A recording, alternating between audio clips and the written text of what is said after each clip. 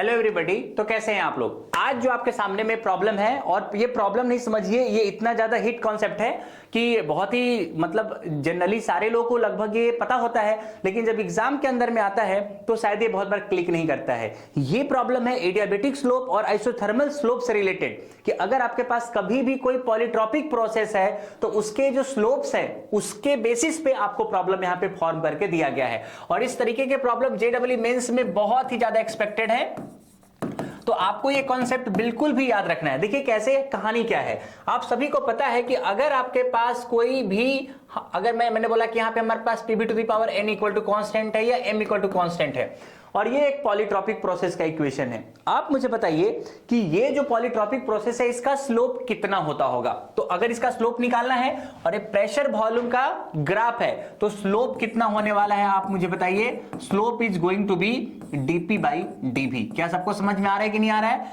Slope जो होने वाला है dp बाई dv होने वाला है। अब चेक करते हैं, ग्राफ देख के तो लग रहा है कि निगेटिव स्लोप होगा, तो मैं वहां पे माइनस dp बाई dv कर दूंगा।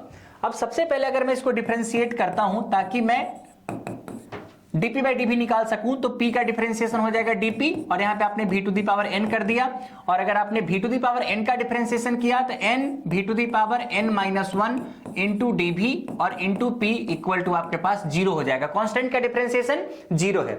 अब आप सोचिए कि अगर मैं यहां पे dp बाई dv का वैल्यू निकालूं तो आप सिंपली देखेंगे कि minus n into p by v आपके पास आएगा। मतलब क्या समझे कि जो पॉलीट्रॉपिक प्रोसेस यहां पे दिया गया है उसका स्लोप नेगेटिव है, और वो कितना टाइम्स होने वाला है, n times minus p by v होने वाला है। यहां पे प्रॉब्लम अगर देखेंगे आप तो आपको पता है कि जो स्लोप आपके पास यहां पे है वो स्लोप कितना है। स्लोप आपके पास होने वाला है tan थीटा। स्लोप कितना होने वाला है? tan theta. और थीटा कितना है? This angle is going to be theta, तो थीटा हो जाएगा 180 माइनस 37। तो this is going to be 10, और 180 माइनस 37 मतलब क्या हो जाएगा आपके पास? 100 एंड कितना हो जाएगा? 133। एक मिनट चेक कर लीजिए।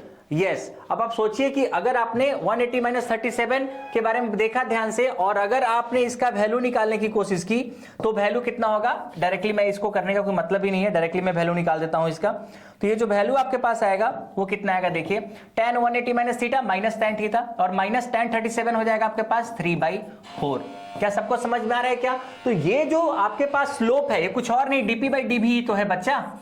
ये जो स्लोप है ये dp बाई dv ही तो है, क्योंकि जब आप इस पूरे स्लोप को देखोगे तो ये सेम टू सेम यही minus n into p by v वाला वैल्यू देगा। मतलब कि माइनस 3/4 का जो वैल्यू होने वाला है minus n into p by v के बराबर होगा। माइनस ने माइनस को मार दिया तो 3/4 इक्वल टू बचेगा n इंटू, और p आपके पास है 2 इंटू 10 टू द पावर 5, और ये है 4 into 10 to the power 5। 2 into 10 to the power 5, और ये है 4 इंटू 10 टू द पावर 5। मर गया। यहां पे आप देखेंगे कि 2 2 जा और 2 2 जा, मतलब n का वैल्यू कितना आ जाएगा? 3/2। बस यहां पे एक ही चेंज है कि क्वेश्चन में आपको m दिया था, मैंने n लेके आपको सॉल्व करके दिखाया है।